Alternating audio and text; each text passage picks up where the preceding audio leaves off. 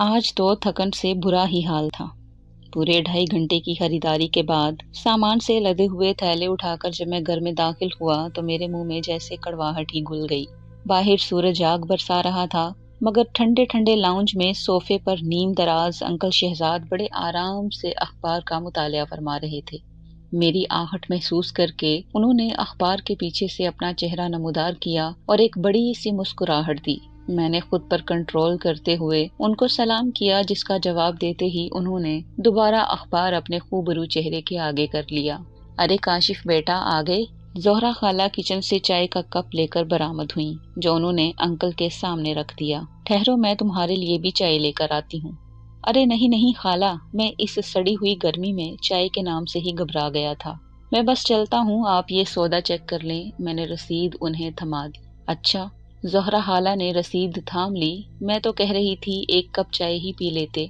फिर वो जैसे चौंक कर बोली, अरे काशिफ बेटा, सुबह जब तुम बाहर निकल गए तो मुझे ख्याल आया कि बिजली का बिल तो कब से आया रखा है, अब घर जाते हुए उसे जमा करवा दोगे?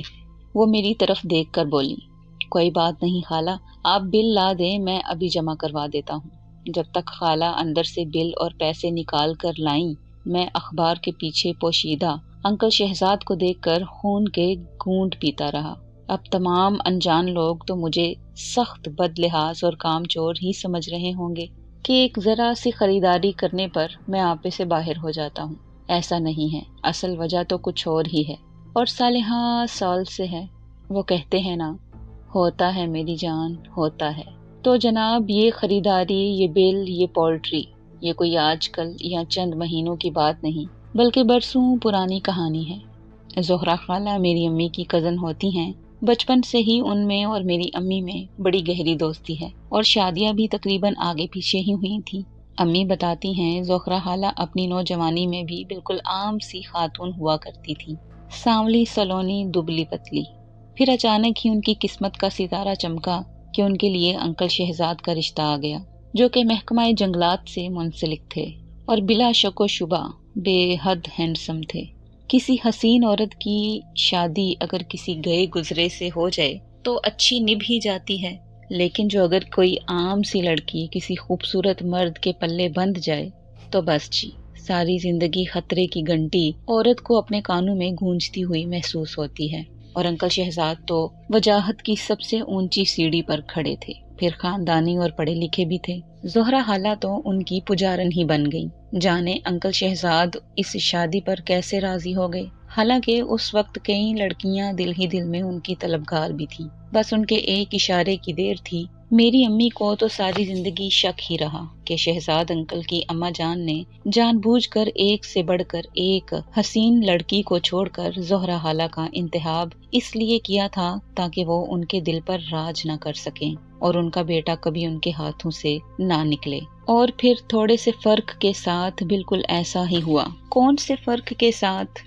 ठहरे, मैं आपको शुरू से बताता हूँ। आज से कोई 25-26 साल पहले अंकल शहजाद की शादी जोहरा खाला से करार पाई। जैसा कि मैंने कहा कि ये एक खासी बेजोड़ शादी थी। ठीक ठाक सांवली बेहद दुबली पतली आम सी जोहरा खाला और बेहद खूबरू स्मार्ट अंकल शहजाद वो फॉरेस्ट ऑफिसर थे, मगर जब वो अपनी ओपन जीप में जंगलात के दौरों पर आते जाते तो बिल्कुल किसी हॉलीवुड के हीरो लगा करते थे। शहजाद अंकल ने अपनी बेजोड़ शादी पर दिल मैला नहीं किया। उनके पास दिल बहलाने का बहुत सामान मौजूद था। कई अफेयर्स पूरे खानदान के इल्म में थे। वो ज्यादातर घर से बाहर रहते। रफ्ता रफ्ता दौरों में और भी इजाफा होता गया और उन्होंने जैसे घर आना ही छोड़ दिया। चंद सालों में उनके यहाँ 2 बेटियां भी पैदा हो गईं, एमन और सुमन। मगर बच्चियों की पैदाइश ने भी उनके मामूलात में कोई फर्क नहीं डाला। मैं और उनकी बड़ी बेटी एमन तकरीबन हम उम्र थे। उस वक्त हम एक ही स्कूल में पढ़ते थे। मैं और अम्मी अक्सर जोहरा खाला की तरफ चले जाते थे।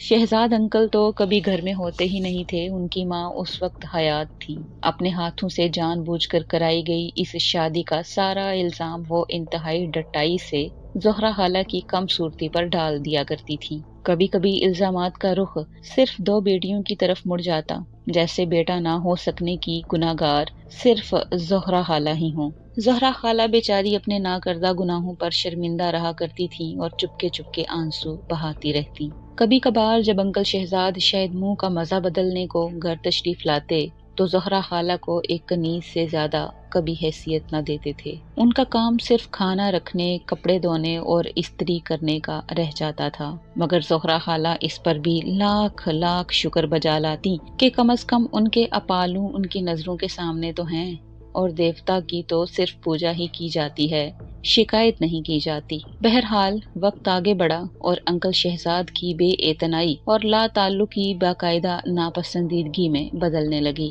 زہرا خالہ کی ساس بڑی ڈٹائی سے انکل شہزاد کی دوسری شادی کا اعلان کرنے لگی تھی، اور ہر آنے جانے والے کے سامنے کہتی، اے میرا بچہ گھر کی شکل ہی بھول گیا ہے، مگر کیا کریں جب ایسی منحوس صورت عورت گھر میں موجود ہو۔ نہ جانے ساسو میں یہ کون سی حس پائی جاتی ہے، سارے زمانے سے چھان پھٹک کر جس دلہن کو گھر لے کر آتی ہیں، چند دنوں میں ہی اس میں سارے زمانے کی برائیاں ڈھونڈ لیتی ہیں۔ خیر یہ تو انکل شہزاد کی اماں کے خیالات تھے، نہ جانے کس طرح اپنی بے لگام زبان اور اپنی بہو کے دل کو چھلنی کر دینے کے حساب کتاب انہوں نے خدا کے سامنے چکائے ہوں گے۔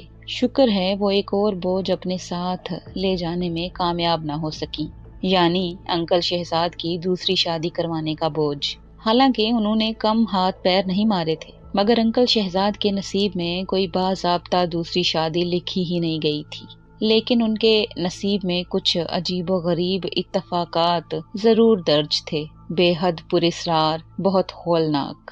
ہوا کچھ یوں کہ کدھر گھر کی شکل ہی نہ دیکھتے تھے، اور کہاں وہ ایسے گھر لوٹے کہ پھر گھر سے قدم باہر نکالنا ہی چھوڑ دیا۔ کیسی آوارگی، کیسی تفریح، یہاں تک کہ کیسی نوکری، سب چھوڑ چھاڑ دیا۔ صرف ہر وقت زہرا خالہ کو آوازیں لگاتے، بس تم ہر وقت میرے پاس رہا کرو۔ وہ التجا کرتے، زہرا خالہ کی ساس کے تن بدن میں آگ ہی لگ جاتی۔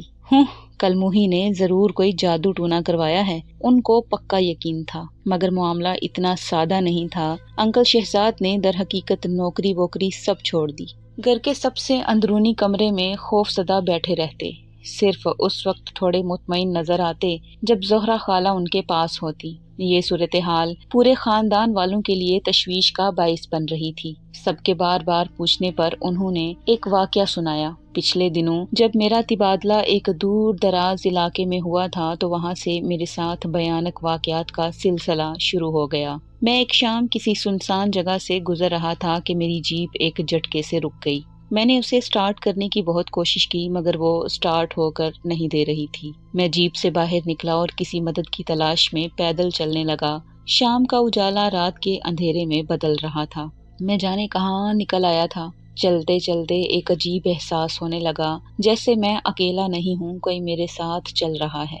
میں نے غور کیا تو مجھے باقاعدہ کسی کے لباس کی سرسراہٹ محسوس ہونے لگی۔ جب میں رکتا تو آواز بھی رک جاتی۔ میں گھبرا کر واپس مڑ گیا، تیز تیز قدم اٹھا کر جیپ کے قریب پہنچ گیا۔ تیز چلنے سے میں ہانپ گیا تھا، مگر میرے ساتھ چلنے والی مخلوق بھی ایسی ہی آوازیں نکال رہی تھی جیسے میرے پیچھے بھاگ بھاگ کر وہ بھی تھک گئی ہو۔ شکر ہے کہ جیپ فوراً ہی سٹارٹ ہو گئی۔ میں آندھی طوفان کی طرح گاڑی بھگاتا گھر آ گیا، مگر مجھے رہنے کے لیے جو گھر دیا گیا تھا وہ بہت ہی پرانا تھا۔ اس میں کمرے تو بے شمار تھے، مگر وہ بہت خستہ حال تھے۔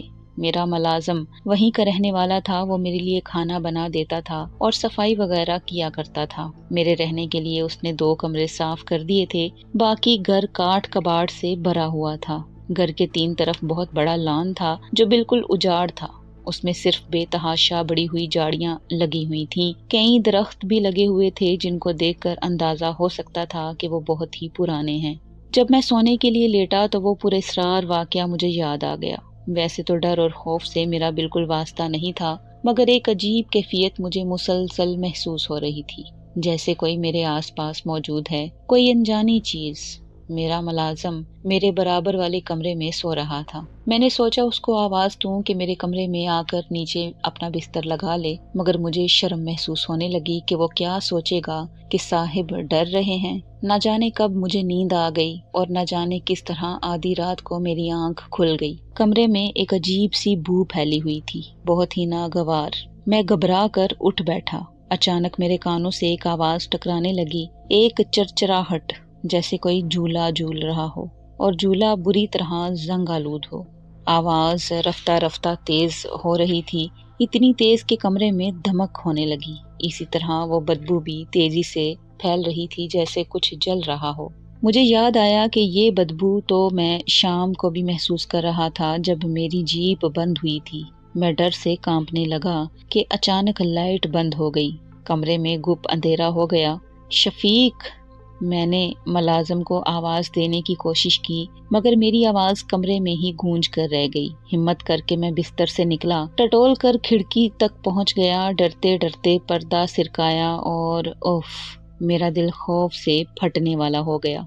सामने उजाड़ बियाबान लॉन में इस आधी रात को मुकम्मल अंधेरे में डूबे इस पुरस्रार घर में चांद की मध्यम रोशनी में वो झूले पर बैठी हुई थी, सफेद लंबा सा लिबास पहने, अपने सारे लंबे बाल आगे अपने चेहरे पर डाले हुए, सर झुकाए वो लंबे लंबे झूले ले रही थी। मैं थर थर कांप रहा था। मुझ में इतनी हिम्मत भी नहीं थी कि पर्दा वापस आगे कर दूं। अचानक झूला रुक गया, मगर तेज चरचराहट की आवाज अभी भी आ रही थी। झूले पर बैठी हुई औरत ने अपना झुका हुआ सर आहिस्ता आहिस्ता ऊपर करना शुरू किया, जैसे कोई स्लो मोशन का सीन चल रहा हो। फिर उसके बालों की ओट में से उसकी आंखें, सुर्ख खौफनाक आंखें मुझ पर जम गईं। उसके स्याह चेहरे पर मुस्कुराहट नमूदार हो गई, जैसे मुझे कुछ कहना चाह रही हूँ।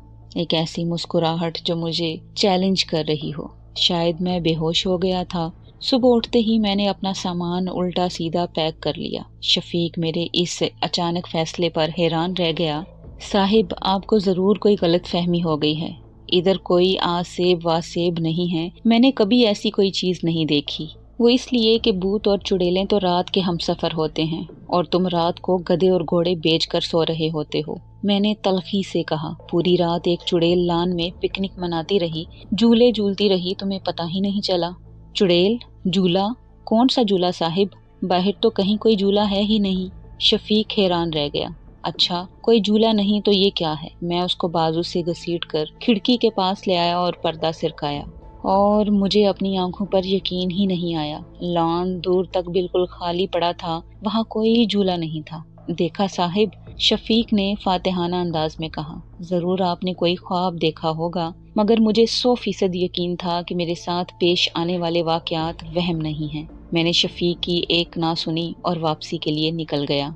हालांकि सूरज की तेज रोशनी चारों तरफ फैल चुकी थी, मगर मेरा डर दूर होकर नहीं दे रहा था। बार बार वो सफेद लिबास वाली मखलूक और वो झूला आंखों के आगे आ रहा था, और वो मंजर जब वो औरत आहिस्ता आहिस्ता सर उठा रही थी। उफ, उसका भयानक चेहरा मुझे याद आ गया और जीप एक झटके से रुक गई। ओह, सुबह मैं जल्दी में रेडिएटर में पानी डालना भूल गया। मुझे ख्याल आया मैंने तो सुबह जल्दी की वजह से एक कप चाय भी नहीं पी। मैं जीप से बाहर निकल आया, शायद कोई मदद मिल जाए। अरे, ये तो वही जगह है। थोड़ी दूर चलकर मुझे याद आ गया जहाँ मैं कल भटक गया था। मुझे एकदम से डर लगने लग गया। मैं जल्दी से भागकर जीप में आकर बैठ गया। फिर से उसे स्टार्ट करने की कोशिश की और वो स्टार्ट हो गई, मगर अचानक गाड़ी में एक तेज बदबू फैल गई, कुछ जलने की बदबू। उस बदबू को अब मैं पहचानने लगा था। मेरे दिल की धड़कन बुरी तरह से तेज हो गई। वो मेरे बराबर बैठी हुई थी, इसी तरह लंबे सफेद लिबादे में, बाल आगे चेहरे पर डाले हुए। मैं जिंदगी में पहली मर्तबा जोर जोर से चीखने लगा। डरो नहीं, मैं तुम्हें कुछ नहीं कहूंगी। उसकी मिनमिनाती हुई आवाज सुनाई दी। मैं तुम पर आशिक हो गई हूँ जब से तुम्हें देखा है। मगर मैं कैसे न डरता। उसकी आवाज भी उसकी सूरत की तरह बहुत ही डरावनी थी। देखो, तुम मेरा पीछा छोड़ दो। मैं तुमसे डर कर ही वापस जा रहा हूँ। खुदा के लिए यहाँ से चली जाओ। मैं तो रोने वाला हो गया। पीछा तो अब मैं कभी नहीं छोड़ूंगी। उसकी खौफनाक मुस्कुराहट गायब हो गई। उसकी आंखें गुस्से में भर गईं।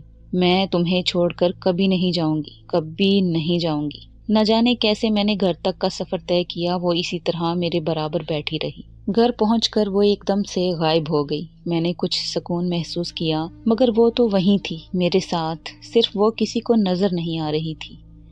मगर मैं जैसे ही अकेला होता वो आ जाती, मुस्कुराते हुए, बिला वजह कहके लगाते हुए। वो एक पल को मेरी जान नहीं छोड़ती थी। जब मैं वॉशरूम जाता तो बाहर दरवाजे से लग कर खड़ी होती। वो मेरे सिवा किसी को नजर ना आती थी, ना ही उसकी आवाज किसी को सुनाई देती थी। आराम से कमरे के किसी कोने में मौजूद अपने बालों की ओट से मुझे देखती रहती थी, और कभी कभी तो रात को मेरी आंख खुलती तो छत से उल्टी लटकी मेरे ऊपर झुकी होती थी। उसने मुझे इतना खौफजदा कर दिया कि डर से मेरा दिल बेहद कमजोर हो गया। सिर्फ उस वक्त वो चली जाती थी जब मेरी बीवी मेरे साथ होती थी। रकाबत की आग उस चुड़ैल से बिल्कुल बर्दाश्त नहीं होती थी। अंकल शहजाद ने ये सारा किस्सा तफसील से और डर से कांपते हुए सुना दिया था। किस्मत के खेल कितने निराले होते हैं। सारी जिंदगी हसीन खवातीन से दिल लगी करने वाले अंकल शहजाद एक सच्ची आशिक के हाथों दिल के मरीज बन गए। अब क्या किया जाए, जो आशिक एक चुड़ैल थी। एक अरसे तक जिस बीवी के साए से बचते थे, अचानक उसके आंचल में पनाह मांगने लगे। खैर, न जाने ये अजीब पुरस्रार खेल कब तक चलता रहा। अंकल ने नौकरी छोड़ दी, कहीं आना जाना बिल्कुल तर्क कर दिया। पीला जर्द चेहरा लिए घर के किसी कोने में अकड़ूं बैठे थर थर कांप रहे होते। पुराने जमाने की चंद खूबसूरत रिवायतों में से एक ये भी है कि घर ज्यादातर जाती हुआ करते थे। शुक्र हुआ कि अंकल शहजाद का घर भी उनके अब्बा ने बनवाया हुआ था। जब अंकल की नौकरी छूट गई या उन्होंने छोड़ दी तो चंद दिनों के बाद घर में खाने के लाले पड़ गए। आखिर उनकी अम्मा जान ने कुछ इजाफे करवा कर ऊपर की मंजिल किराए पर उठा दी। जैसे तैसे गुजारा होने लगा। जोहरा खाला की ना तो इतनी तालीम थी, ना ही इतना एतमाद के कहीं नौकरी कर लेती। ऊपर से दोनों बच्चियां भी घर के इतने अजीब और घुटे हुए माहौल की वजह से इतनी कम हिम्मत और कम एतमाद निकली कि ठीक से बात नहीं कर पाती थी। ढेर सारे साल गुजर गए। शहजाद अंकल की अम्मा आखिरकार दुनिया छोड़ गईं। बच्चियां बड़ी हो गईं। शहजाद अंकल के ऊपर आशिक मखलूक का इश्क ला हासिल भी आखिर मधम हो गया। अब वो हर वक्त उनके पास नहीं होती थी, बल्कि कभी कभार अपने महबूब के दर्शन करने तशरीफ लाया करती थी। खैर, ये सारी राम कथा तो वो है जो मैं अपने बचपन से सुनता चला आया हूँ। मगर अब मैं असल बात की तरफ आता हूँ। ना तो मुझे किसी चुड़ैल पर यकीन था, ना अंकल शहजाद के इस प्रोपेगेंडे पे कि वो इस कदर लाचार और कमजोर हो चुके हैं कि कोई काम ही नहीं कर सकते। ना तो नौकरी, ना ही कोई घर के काम। मैंने सालों से उनको घर में मौजूद अखबार और किताबों का मुतालिया ही फरमाते देखा था। रात को टीवी के आगे विराजमान हो जाते। लोग कहते हैं कि उनकी हालत बरसों बहुत बुरी रही है, मगर अब तो वो बिल्कुल सेहतमंद लगते थे हर एतबार से। उनका कहना था कि शदीद खौफज़दा रह रहकर उनके आसाब जवाब दे चुके हैं और वो कोई काम कर ही नहीं सकते। मैं बरसों से उनके घर की हर ड्यूटी देता आ रहा हूँ। उनके घर का हर छोटा बड़ा काम मेरी जिम्मेदारी बना दिया गया है। खैर, मुझे कोई एतराज भी नहीं, मैं उनके बेटे जैसा ही हूँ। मगर अंकल शहजाद और उनका कभी कोई काम ना करना महज एक ढकोसला है। वो अपनी हर हरामी को इस ड्रामे में छुपाते आ रहे हैं, मुझे पक्का यकीन है। हो सकता है बरसों पहले कोई हल्का फुल्का वाकया पेश आ गया हो, जैसे कि अक्सर लोगों के साथ पेश आ जाता है, मगर इतने सालों तक मुसलसल इसी कैफियत में रहना नामुमकिन। कुछ दिन बाद की बात थी कि काशिफ को समन का फोन आया। वो सख्त घबराई हुई थी। हेलो काशिफ भाई, अम्मी की तबीयत बहुत खराब है, बेहोश हो गई हैं। अब्बू ने कहा है आपको कहूँ डॉक्टर को ले आएं। मैं जोहरा खाला की तबीयत का सुनकर खुद भी परेशान हो गया था, मगर अब्बू का नाम सुनकर बुरी तरह से तप गया, तो मौसूफ डॉक्टर को बुलाने की जहमत भी नहीं कर सकते। खैर, खुद पर कंट्रोल करके समन को तसल्ली दी। रात के 1:30 बज रहे थे। अपने दोस्त और पड़ोसी डॉक्टर नुमान को नींद से उठाकर खाला के घर ले गया। शुक्र है खतरे की बात नहीं थी, उनका ब्लड प्रेशर हाई हो गया था। जाहिर है ऐसे शोहर के साथ जिंदगी गुजार कर ब्लड प्रेशर तो हाई होना ही था। आज पता नहीं क्यों मुझे अंकल पर हमेशा से ज्यादा गुस्सा आ रहा था। बेचारी खाला कितनी कमजोर हो गई थी, और ऐमन और सुमन डरी सहमी जर्द रंगत वाली लड़कियां। सर पर बाप के मौजूद होते हुए भी उनमें इतनी हिम्मत नहीं थी कि बीमार माँ को डॉक्टर के पास ले जाती। क्या उम्र होगी उस वक्त अंकल की? मैंने दिल में हिसाब लगाया, 52 या 53 साल। वो बिल्कुल जवान नजर आते थे। बकौल उनके वो दिल के मरीज बन चुके थे, मगर वो अभी भी एक इशारे से किसी को भी दर्द दिल में मुब्तला कर सकते थे। मैंने एक जहरीली निगाह उन पर डाली। उनके सिर्फ चंद बाल सफेद हुए थे, चेहरे पर कोई शिकन नहीं थी। मेरे साथ बैठे वो यकीनन मेरे बड़े भाई ही लग रहे होंगे, मुझसे कहीं ज्यादा हैंडसम बड़े भाई। काशिफ भाई, आप आज यहीं रुक जाएं प्लीज, अम्मी की तबीयत ठीक नहीं, डर लग रहा है, समन ने इल्तिजा की। मैं वैसे तो अक्सर यहाँ आता जाता रहता था, मगर रात को रुकना मुनासिब नहीं लग रहा था। सुमन के पीले पड़े चेहरे को देखकर मुझे तरस आ गया। चलो ठीक है, मैं अम्मी को फोन करके बता देता हूँ। समन मुतमईन हो गई। मेरा बिस्तर अंकल शहजाद के कमरे में लगा दिया गया। मैंने कोफ्त महसूस तो की, मगर सारे दिन का थका हुआ था और उस वक्त रात के 3 बज रहे थे। मैं लेटते ही सो गया। लेकिन रात को अचानक ही मेरी आंख खुल गई, जैसे हवा का तेज झोंका मेरे चेहरे से टकरा गया हो। एक अजीब बू महसूस हो रही थी, जैसे जैसे कुछ जल रहा हो। फिर एक आवाज कमरे में गूंजने लगी, चर चर, जैसे कोई झूला झूल रहा हो, जंग आलूद झूला।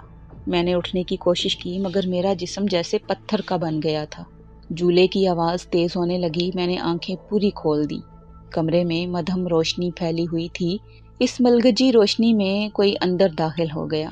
सफेद लिबास में, बाल आगे डाले, वो आहिस्ता आहिस्ता अंकल शहजाद की तरफ बढ़ रही थी। मेरा दिल खौफ से फटने लगा। वो अंकल के कदमों में बैठ गई, उनके पैर सहलाने लगी। अंकल नींद में कसमसाए। उसने आहिस्ता से अपने मुंह से बाल हटा दिए। अंकल शहजाद ने सारी जिंदगी उसके भयानक चेहरे का जो नक्शा खींचा था, वो तो कुछ भी नहीं था। वो कहीं ज्यादा मुकरूह थी। अचानक उसकी सुर्ख आंखें मुझसे टकराईं तो मैं डर से कांप उठा। वो मुस्कुराने लगी। फिर मुझ पर नजरें जमाए हुए उसने अपनी काली स्याह जुबान निकाली और अंकल के कदमों पर रख दी।